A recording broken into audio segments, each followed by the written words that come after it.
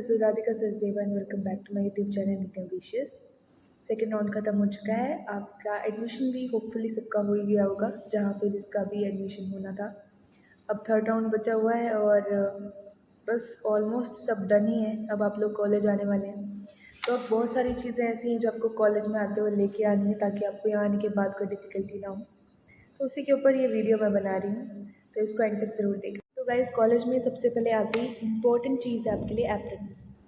Doctors की identification और एक मेड स्टूडेंट की पहचान जिसको हम कह सकते हैं, वो एप्रन हम सब के लिए बहुत ज़रूरी है, जिसके लिए हमने इतनी मेहनत की है। हमने नीट क्रैक किया है, सिर्फ पेपर नहीं दिया, हमने क्रैक किया है। हम मेडिकल कॉलेज तक पहुँचे हैं, गवर्नमेंट मेडिकल कॉलेज तक पहुँचे। तो उस एप्रन को मत भूलना।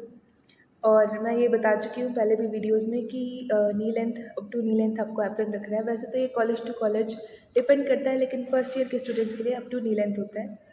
और मेरे हिसाब से आप लोग 2 एप्रन अपने रख सकते हो साथ में, क्योंकि अगर एक गंदा हो और आपको अर्जेंट नीड हो, कोई वाइवा हो, तो आप अपना दूसरा एप्रन यूज़ कर सकते हो।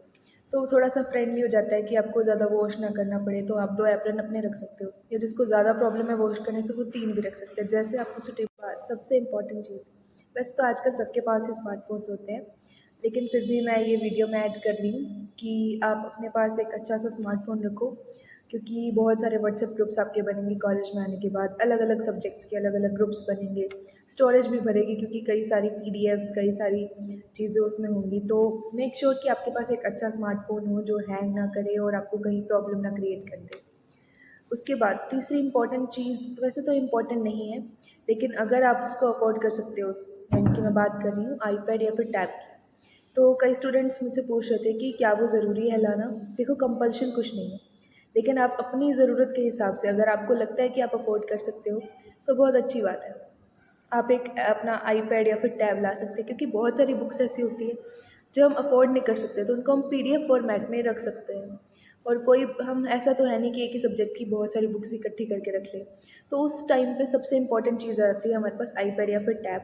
आप उसको यूज़ कर सकते हो, नोट्स बना सकते हो, और बहुत सारी चीज़ें आप उसमें सेव करके रख सकते हो फॉर योर फ्यूचर यूज़, क्योंकि अब 5 साल आपको पढ़ना है। 5 साल की अलग अलग चीज़ें, फिर आप नीट या पीजी या फिर नेक्स्ट की प्रिपरेशन करोगे, आपको कौन सी चीज़ कब काम आ जाए, आपको हर चीज़ सेव्ड फॉर्म में रखनी पड़ेगी। तो एक अच्छे स्टोरेज के लिए और एक बड़ी स्क्रीन पे अगर आपको लेक्चर्स देखने हैं, तो इन सब चीज़ों के लिए आईपैड की ज़रूरत होती है। लेकिन अगर आप अफोर्ड नहीं कर सकते, तो वो इतना भी ज़रूरी नहीं है, आप फ़ोन में भी वो चीज़ें रख सकते हो।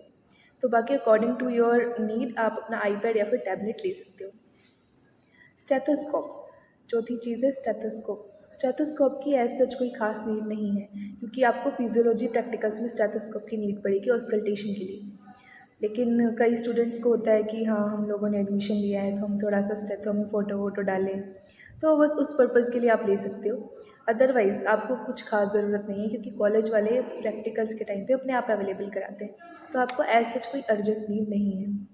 उसके बाद आती है हमारी बात स्फिग्मो मैनोमीटर। भी कई लोग होते हैं कि हाँ, हमें बीपी वगैरह मेज़र करना खुद से सीखना है, रूम पे प्रैक्टिस करनी है।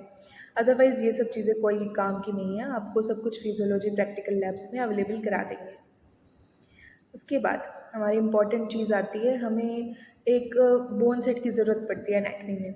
लेकिन वैसे तो यहाँ पे सीनियर्स ने ले भी रखा है, अगर आपको ज़रूरत हो तो आप अपने सीनियर से कांटेक्ट कर सकते हो। अदरवाइज़ आपको न्यू लाने की ज़रूरत नहीं है।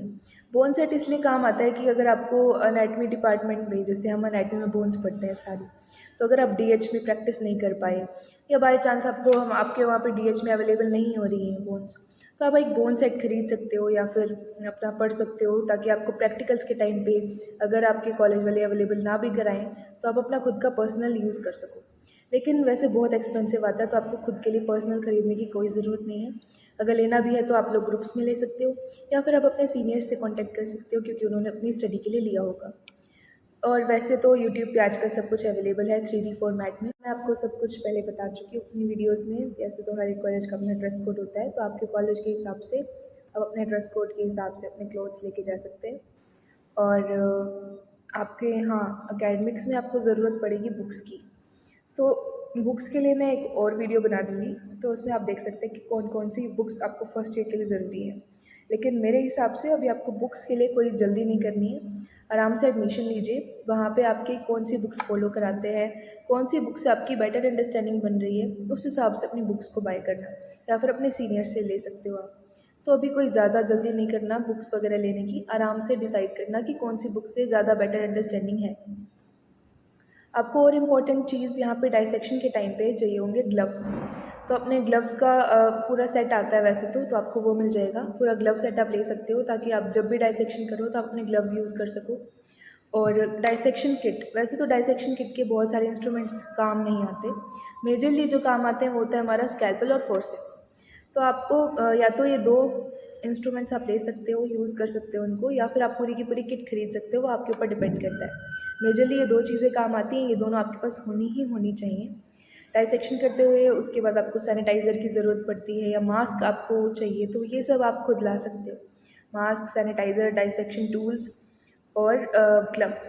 उसके बाद आप अपने फिजियो प्रैक्टिकल्स की अगर हम बात करें तो उसमें आपको बहुत सारे प्रैक्टिकल्स ऐसे करने पड़ेंगे जहाँ आपको अपने आप को मतलब आपका ब्लड निकालना है तो नीडल प्रिक करनी है, तो उसके लिए आप लेंसेट्स वगैरह से आपको खुद लानी पड़ती हैं। वो कॉलेज वाले प्रोवाइड नहीं कराते हैं, वो सिर्फ प्रैक्टिकल्स में देते हैं।